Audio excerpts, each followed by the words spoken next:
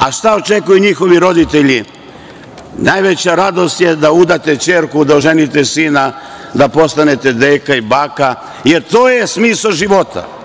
Ali smisao života je upravo da stvorite uslove da se radi i da od svog rada svako može da živi. I mi koji radimo ovde u parlamentu da znamo, poljoprivredni proizvođač nema topli obrok, nema regres, nema bolovanje, nema ništa.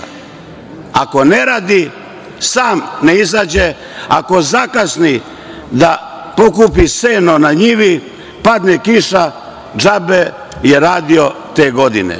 Jedna elementarna nepogoda u jednoj godini treba poljoprivrednom proizvođaču 3 godine da se vrati, da pokrije ono što je uložio te godine kada je bila elementarna nepogoda. Na našu sreću ili nesreću, sve manje ima elementarnih nepogoda, ima oni koji se bave povrćem, imaju i protivgradnu zaštitu, ali poljoprivredni proizvođač običan ne može sebi da priušti i da ulaže u nešto što nema, jer on mora da ulaže od para koje je zaradio. Tako da, dame i gospodo, mnogo je teško danas živeti na selu, velika je razlika između građana koji žive na selu i u gradu. I još jednom, pošto sigurno znam da je ovo predložio Aleksandar Vučić, želim da mu čestitam na ovom predlogu, jer on je obišao svako selo i video kako se živi na selu. Mladi, i sad ovaj resor koji je vezan za borbu protiv bele kuge i tako dalje, možda je trebalo još jedno ministarstvo da se uvede, a to je ministarstvo za školski sport. Zašto za školski sport? Mi imamo najbolje talente po školama, ali te talente neko treba da prati, da ih usmeri, razumete, jer deca se rode sa talentom 15%, a 80% radom i trudom dođu do pravog profesionalca ukoliko neko radi sa njim ili ga neko pronađe. Ja sam u Jagodini uveo školska takmičenja, odnosno međuškolska takmičenja.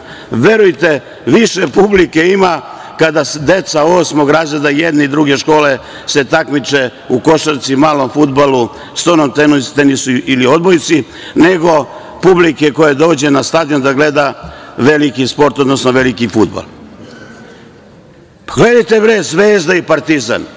Pa ajde sad da pitamo svakog od nas, ja ne znam, ko su igrači Crvene zvezde, fudbalskog kluba i Partizana? Pa nemamo pojma, bre. Pa stranci, nemam ništa protiv stranaca, ajde 1 ili 2 stranca. Ali ti prodaš odmah igrača, ono što je talenat, nekom drugom i taj kad dođe da igra za Srbiju, sapliće se kao baba Mileva, čuva noge, jer kad se vrati tamo u taj klub, da ne ostane bez velikih para. To ministarstvo nam strašno nedostaje. I da nam još jedan podatak, deca ne idu na fizičko. Pa najviše smo voleli fizičko u školi. Ne idu. Ali ako kažemo, vi koji osvojite prvo mesto u fudbalu, idete 7 dana na more. Vi koji osvojite prvo mesto u košarci, dobit ćete trenerke i po 5.000 dinara. Ja ovo, ljudi, ne pričam kao demagog. Ja sam kupio prvi klizalište u Srbiji i deca svake godine se takmiče i od 1. do 10. mesta dobiju pare. 5.000, 10.000, 20.000 i to su njihove prve pare koje su zaradili preko sporta. I kad pogledamo sada, da se vratim ponovo na fudbalske klubove, i Zvezda i Partizan, znači to niko ne zna sad da mi nabroji, ajmo košarku. Ne gledam više košarku kao sportista koji je bio militantni sportista. Ne gledam. Šta da gledam? Koga? Ko igra za Zvezdu? Ko igra za Partizan? A mi smo nekada bili prvaci sveta i Evrope i u košarci i u fudbalu i tako dalje. I ja molim da ovi ostali resori koji su vezani i za sport i za omladinu i za prosvetu, da malo veću pažnju posvete upravo školama. To je baza, ljudi. Zašto Bern, zašto Atletico, zašto Barcelona imaju mlade igrače? Dobre, zato što imaju bazu, ali ta baza mora da se neguje. Ta baza mora da ima koristi. Nastavnik iz osnovne škole koji napravi 2 dobra sportista, on mora da bude privilegovan, da ima određenu novčanu nadoknadu.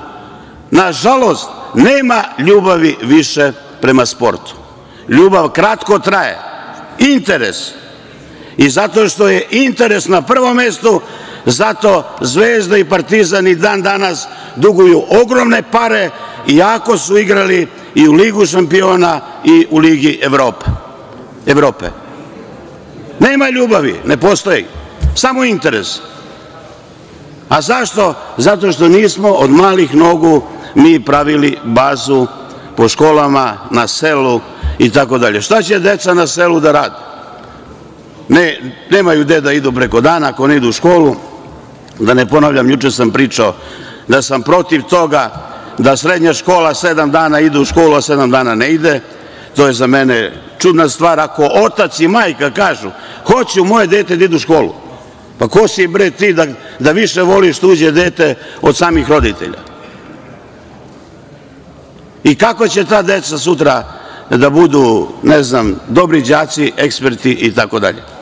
Ali ne želim, to je moje mišljenje, ne želim ja da sada nikog ubeđujem i da kažem ja sam političar opšte prakse. Nisam političar opšte prakse, struka je to tako rekla, ali mi, vidite, svi imamo maske. Dokle ćemo, mi možemo da nosimo, poslanici, maske, ali odite u škole, deca neće da nose maske. Šta sam time hteo da kažem? Mi moramo da živimo sa koronom, da radimo, da zamolim više one koji sat i po drže konferencije, ljudi. Sat i po mi priča o koroni. Sat i po hoće da mu ubedi da me donela roda, a da me nije rodio otac i majka. Psihički uništavamo građane Srbije na taj način. Ja želim da se posebno zahvalim doktorima, lekarima, svaka im čast u onim kombinizonima, celog leta su radili, pomagali, mnogo života spasili, ali ovo je nešto što ceo svet zakačilo.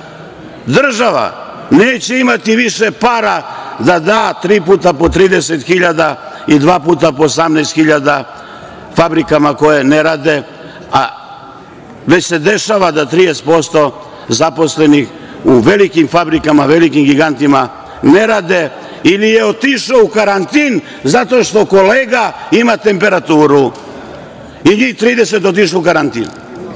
Razumete? I da se izborimo mi i u parlamentu i da se uradi neka anketa u Srbiji i da se pitaju građani šta da rade. Penzioneri, pa pazite, meni isto mi je bila čudna odluka. Penzioneri od 3 do 6 ujutru idu u kupovinu. Ne zna se dalje teše penzionerima ili oni što rade u radnjama. A što ti penzioneri nisu išli u nabavku? Uveče od 5 sati je bio politički čas, od 5 do 8. Zato ne treba životna praksa, životno iskustvo. I upravo ovaj parlament služi i da mi predložimo i da kažemo, ljudi, mi živimo u preko 100 gradova i nije u svakom gradu isto.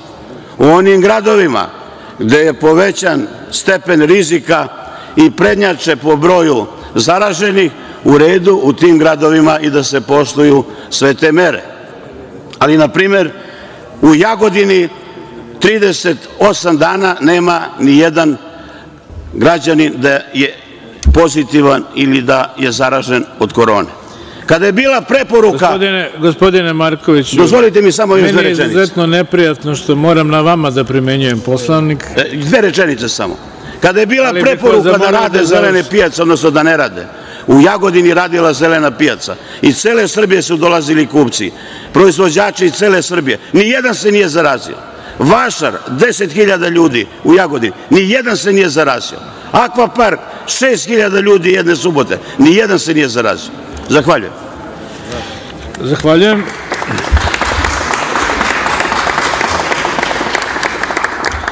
Pre nego što dam reč sledećem šefu poslaničkog kluba, dozvolite mi da, poštovani narodni poslanici, saglasno članu 27 i članu 87 stavovi 2 i 3, drugi i treći Poslovnika Narodne skupštine, da vas obavestim da će Narodna skupština danas raditi verovatno, a pošto to ne znamo sada, neophodno je da donesemo tu odluku, da postoji ta mogućnost da ćemo raditi posle 18 časova, zbog potrebe da Narodna skupština što pre donese akte iz dnevnog reda ove sednice. Drugo, želim odmah da vam kažem da će pauza biti od 14 do 15 sati danas. Treće, želim odmah da vam kažem i da vam najavim da ćemo danas po završetku rasprave imati glasanje povodom ovih tačaka dnevnog reda o kojima neće biti rasprave u pojedinostima. Znači, to su dve tačke dnevnog reda koje se tiču izbora Republičke izborne komisije i zamenika generalnog sekretara. Tako da molim sve šefove klubova i poslanike da to sve imaju u vidu što sam rekao.